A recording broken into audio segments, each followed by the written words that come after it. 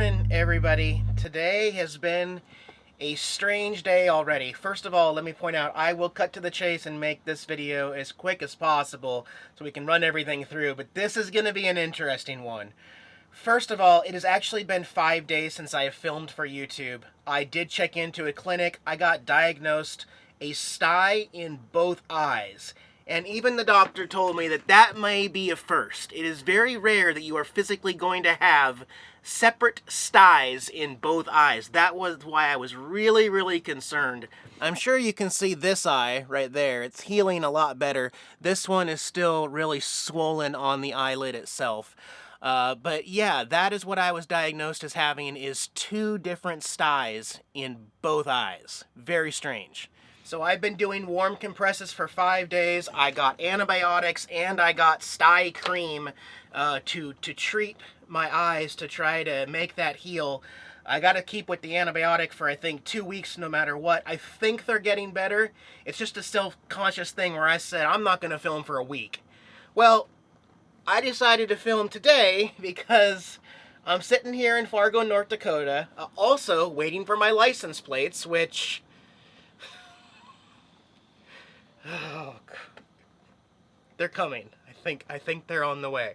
Anyway, I was sitting here watching TV with Jax with the water pump turned on. I pretty much keep that water pump turned on all day. At night, I turn the switch off. More about that later, but maybe I can help somebody else RVer who goes through this. Just sitting here watching TV, all of a sudden, the water pump, full rager on. And I freaked out a little bit because it's making sound under here. But within like 5 or 7 seconds, I jumped up and turned the water pump off. And then I went, oh my gosh, again? For those of you that don't know what that means, your water pump is pressurizing your system, which feeds water to your sinks, your shower, your toilet, and your hot water heater, and anywhere else, right? So it keeps a certain PSI pressure all the time. Once that pressure goes down, once you turn the sink on, the water pump is probably going to kick back on to repressurize the line. Well, you can see why if I'm just sitting here, there's no reason for that to be full blast on. And of course, my immediate thought was I just busted another pipe somewhere under the floor or somewhere, and it is spewing water everywhere. So I took off this, looked underneath, there's no water by the water pump. I looked underneath the sink. I looked everywhere and couldn't find any water problems. So I tested it one more time, turned it on, turned it back off real quick. I'm like, what the heck? Then I noticed that my pilot light for my hot water heater had gone out. Well, why would that happen? So I opened the door to my RV because my water heater's on this side. I turned on the water pump one more time and looked, and out comes boiling water from the... oh my gosh, it's windy. Boiling water spewing out of the water heater and hot mist everywhere out there because it was so cold. But it's not as bad as it seems. I did some diagnosing. Actually, we'll go outside real quick and I'll show you. It was pretty clear what was going on because this was all steamed up and everything, and water was coming out of this pressure release right here. This is a safety measure so that your water heater doesn't explode in there if it gets too much pressure. So if pressure builds, it's got a spring valve that'll spray water out or leak water out or something like that.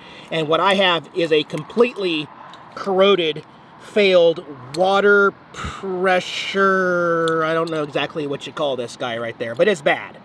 I initially thought that, oh man, I don't have any running water again, but that's not quite true. Most RVs have a hot water heater bypass valve, and I do under my sink. See that blue valve behind my shoes right there? That is a hot water heater bypass valve, and so I turned that off for now, which essentially means I'm not pressurizing the hot water side.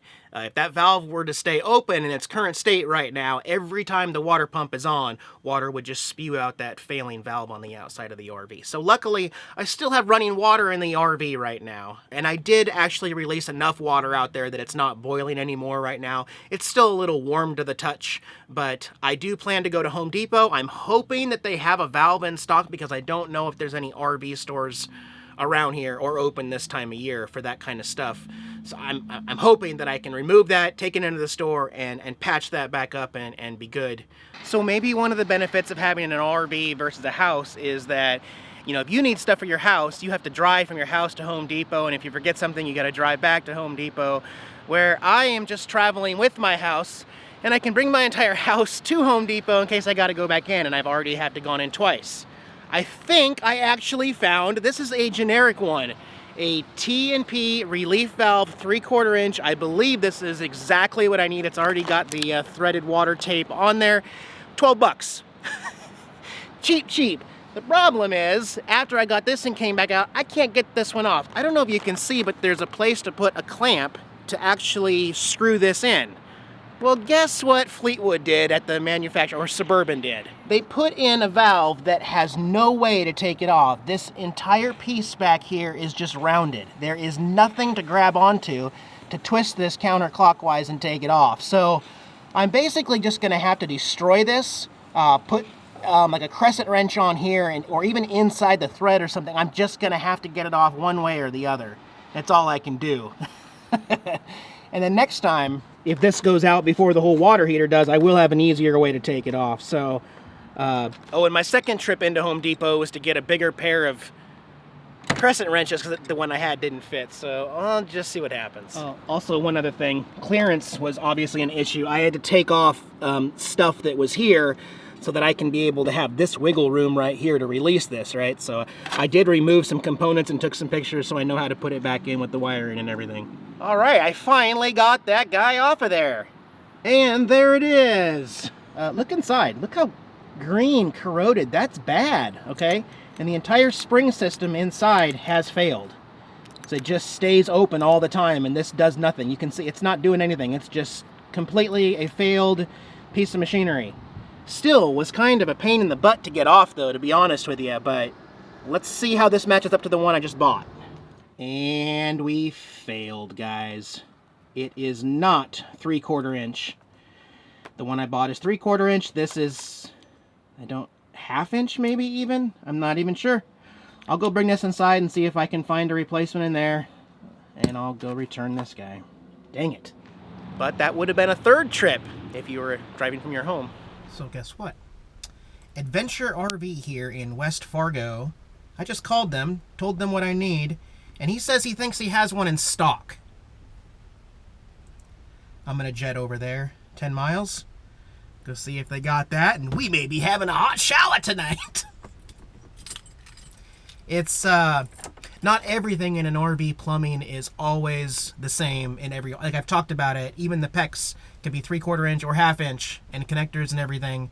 I think I will be the first video on YouTube that has shown a RV Suburban hot water heater with half inch, because like I said, no other videos I saw showed that.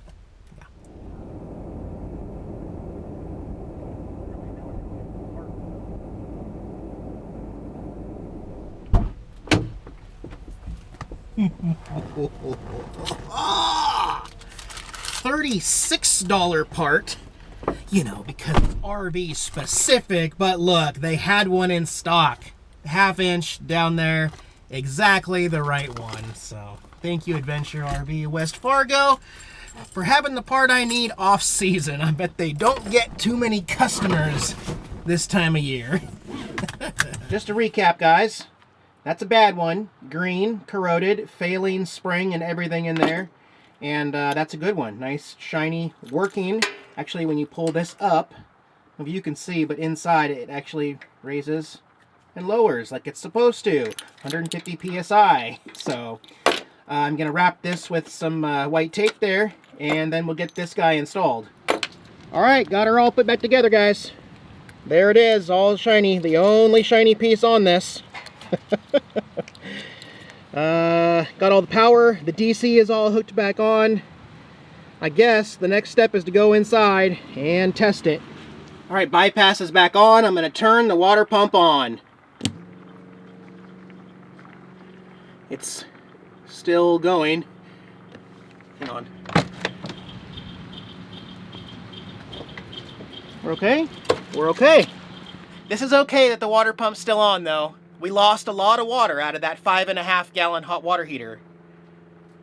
So it's filling it back up. I think it's gonna stop soon.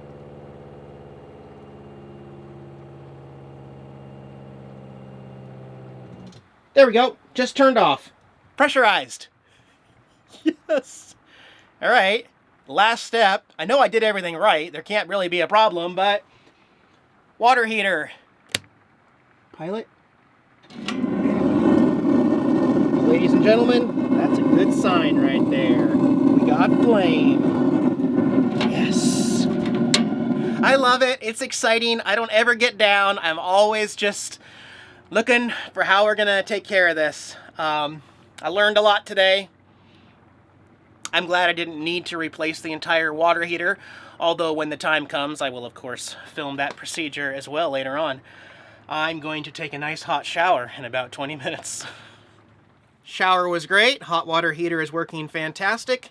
The water pump itself is actually performing differently. I don't know quite how to explain it, but instead of just kicking on as soon as you open a valve, it maintains pressure better. It's very hard to explain. I feel like the water pump is working better now that I fixed the water heater valve. Anyway, everything is working out great. I'm glad that project worked out. As with those plates, I still have full faith in America's Mailbox. I paid $44 to have my license plates shipped overnight 5 days ago to the FedEx office here in town, and they still have not arrived. Granted, 2 of those 5 days were the weekend, but still, we are a little confused as why it's taking so long to go from South Dakota to North Dakota overnight. I really, really think they're going to be in by 8 p.m. tonight. Actually, it closes at 6. Worst case, I think I will get them tomorrow, and I will let you guys know. And I will show you what my custom personalized plates are at the end of this video. So I guess stay tuned for like 1 more minute. I literally just stepped outside. You know, people still ask me sometimes what's with the up to 2-week delay on my videos. Well, it's really for times like this. It's been 2 more days since the last little clip I filmed. 2 more days. And unfortunately, there was a glitch at America's Mailbox. Not even their fault. It's actually, they're putting the blame on Pitney Bowes. But I got an email saying that they actually had never shipped out my plates. They never went out. So essentially, I have now been sitting here waiting in freezing conditions in Fargo, North Dakota, when there was supposed to be an automatic message that said, either here's your confirmation or it didn't go out. Anyway, those didn't get shipped to anybody at America's Mailbox. And Barb, who also co-runs America's Mailbox with Dawn, actually personally called me to apologize and said, this is not how we operate, this is not normal, and I thought that was pretty cool. It doesn't really fix the fact that, you know, I made a choice to stay here and wait for those plates, and I was waiting for essentially nothing, and I didn't even know. Nobody knew. So that's frustrating, but and just another example of why everything's out of my control all the time. We're gonna get 6 inches of snow here in Fargo today. Luckily, I'm not gonna deal with FedEx anymore though, because they have a problem. They've not fixed that problem. But one of my viewers, Crystal, who lives in Fargo, is gonna let me use her address. And America's Mailbox is supposed to mail out my plates today by 4 p.m. and they are supposed to arrive by tomorrow at 4 p.m. We'll see, guys. This has been interesting. I don't want to relive this, and I want to think that this is not going to be the norm for when I'm having mail forwarded. This is a terrible first experience, but give them credit. They got 10,000 members. They got 30-some employees working the mailroom, so they're doing the best they can. My eyes are doing better. They might not look much better, but the antibiotic cream and the warm compresses are helping. Like I said, it's now been 8 days since my last video, even though this one was probably uploaded on regular schedule. So, yeah, I will cut back in here either tomorrow or the next day when I get plates and show them to you. What? Thank you, Crystal, for your help. License plates.